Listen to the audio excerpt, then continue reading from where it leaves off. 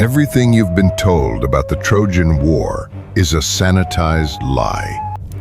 We've been sold a myth of noble heroes and romance, but the archaeological records buried beneath the Aegean Sea reveal a terrifying reality. Long before Rome, the Mediterranean was dominated by the Blood Kings, a ruthless military-industrial complex obsessed with absolute control.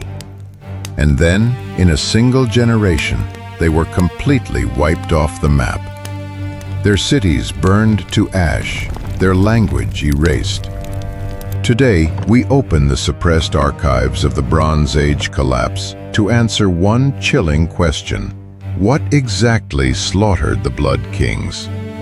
Beneath the sun-drenched ruins of the Aegean lies the evidence of an era we were never meant to fully understand. We are taught to remember this time as a golden age of noble duels and divine intervention. But the archaeological record tells a story that is far more unsettling. The legends of Troy may be nothing more than a sanitized shroud, draped over the reality of a decade-long campaign of organized erasure. In this world, the line between a king and a monster was as thin as the sharpened bronze of a spearhead.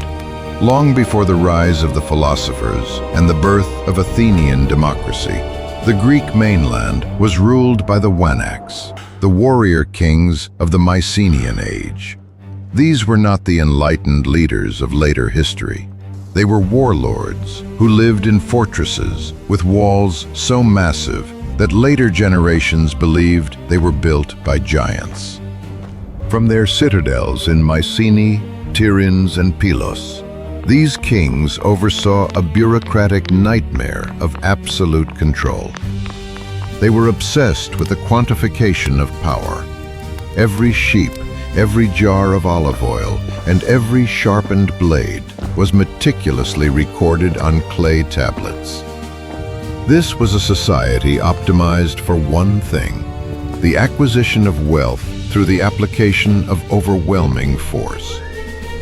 Their art was not interested in nature or beauty. Instead, it focused on lions hunting and men falling in combat. When we look into the empty eyes of their funerary masks, we aren't looking at the fathers of Western civilization. We are looking at the commanders of a rigid, militaristic hierarchy that viewed the world as a resource to be harvested. The conflict we call the Trojan War is often presented as a romantic tragedy sparked by the face of a single woman. But look closer at the geography of the ancient world, and a darker motive emerges from the shadows. Troy sat at the mouth of the Hellespont, the singular gateway to the wealth of the Black Sea. It was a toll booth that the Mycenaean kings could no longer tolerate. The 10-year siege wasn't a series of honorable skirmishes on a dusty plain. It was likely a grinding, relentless campaign of coastal raiding and the systematic dismantling of a rival trade network. The heroic accounts of Achilles and Hector serve as a distraction from the reality of what happens when a culture built entirely on conquest runs out of new lands to pillage. They turned their sights on Troy not for love, but because their internal economy of plunder demanded a new victim to sustain its weight. The tactical reality of this era was dictated by the weight of bronze.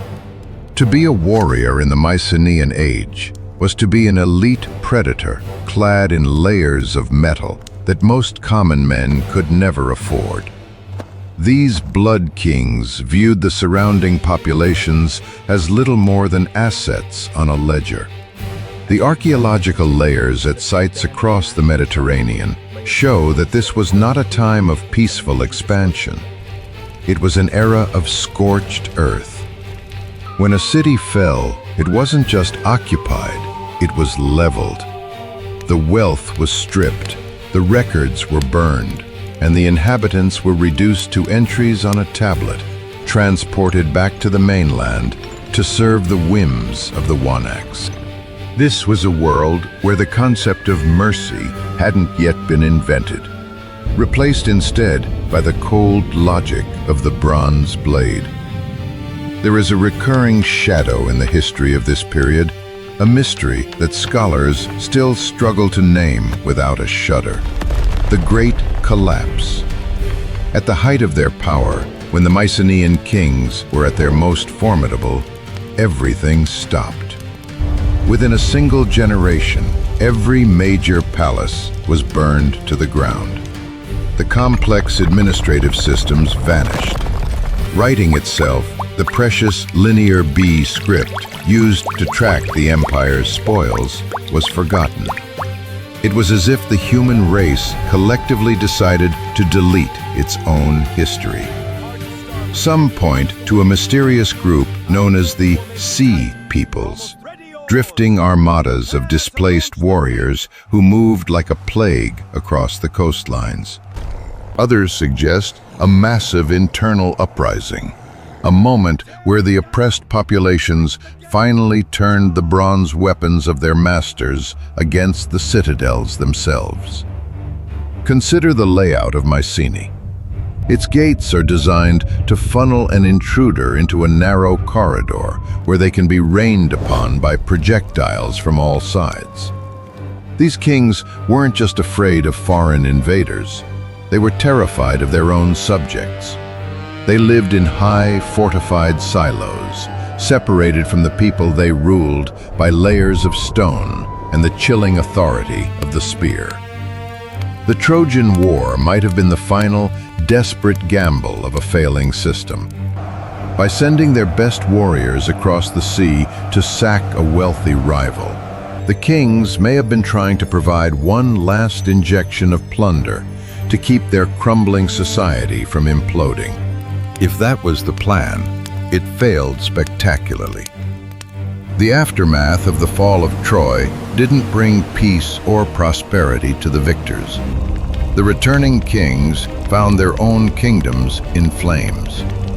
The myths tell us of Agamemnon returning home only to be betrayed in his own bath, a story that mirrors the archaeological reality of palaces being breached from within.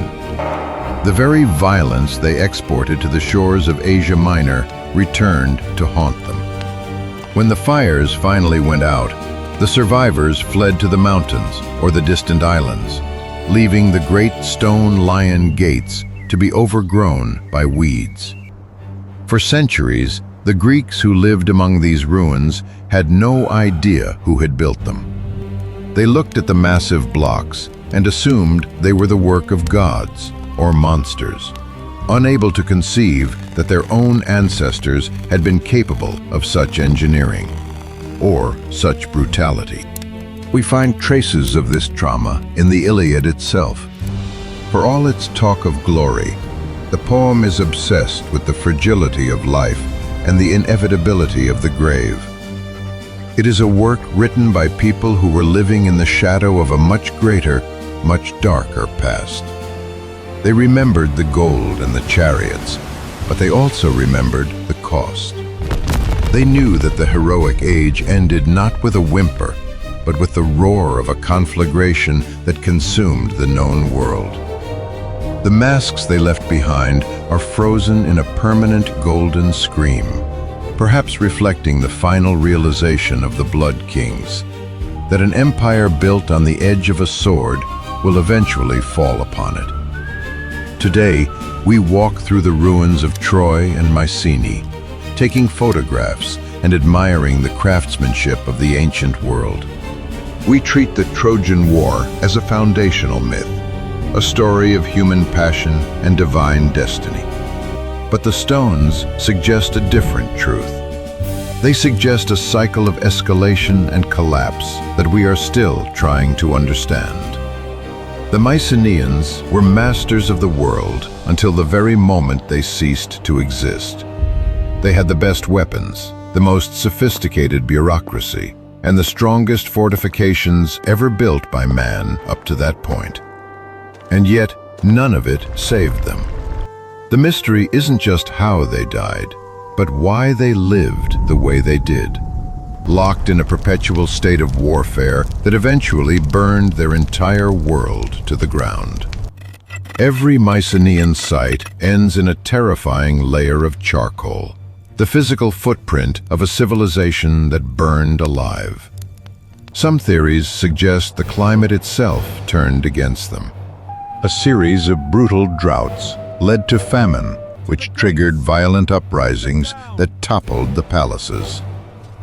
Imagine a king watching his people starve, deciding his only hope is to cross the sea and steal the wealth of Troy. It wasn't a war of honor. It was a desperate war of survival, fought by men who were already doomed. The silence that followed the Mycenaean collapse is perhaps the most frightening part of the story. For hundreds of years, there are no records, no art, no grand buildings, no names of kings. It was a dark age in the truest sense of the word. A population that had once reached into the hundreds of thousands dwindled to scattered villages. They lived among the ruins of the giants, telling stories of a time when men were like gods, perhaps to distract themselves from the reality of their own diminished lives. They turned the warlords into heroes because the truth was too painful to bear, that their ancestors had destroyed themselves through greed and an unquenchable thirst for conflict. As we look back at the bronze and the gold, we have to ask ourselves what we are choosing to ignore. We see the beauty of the jewelry and the massive walls, but we overlook the black soot. It marks the exact moment when the system could no longer sustain its own weight. The Blood Kings built a world meant to last forever, a world of permanent victory. Instead, they left behind a puzzle of broken clay and silent gold, a warning about the price of building a kingdom on the edge of a blade. We may never know exactly what happened in those final days, or who it was that finally set the palaces of the Wanax ablaze.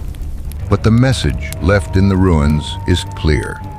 Even the most powerful walls can be breached, and even a king of gold can be forgotten in the darkness of the ages that follow. The truth isn't found in the songs of poets, but in the silence of the earth, where the bronze and the bone have long since turned to dust. The tragedy of Troy wasn't that the city fell, but that the world that destroyed it didn't realize it was digging its own grave. As we move forward into our own uncertain future, the hollow eyes of the golden mask remain fixed on us. They serve as a reminder that the systems we build are only as strong as the people within them. If we ignore the layers of ash in our own history, we risk repeating the cycle of the Blood Kings.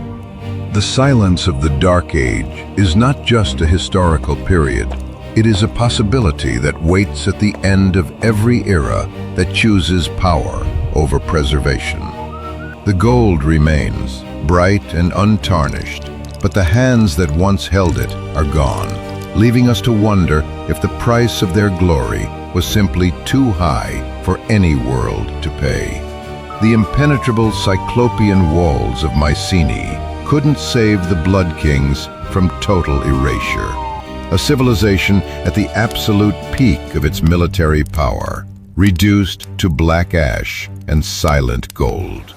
It's a dark mirror for our own modern empires. If the ultimate ancient war machine vanished in just a few years, are our systems really immune? I want to know what you think.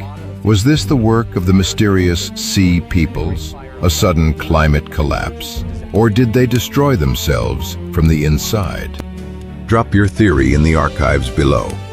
And if you're ready to uncover more forbidden history, hit subscribe to the History Ledger. Never stop questioning the narrative.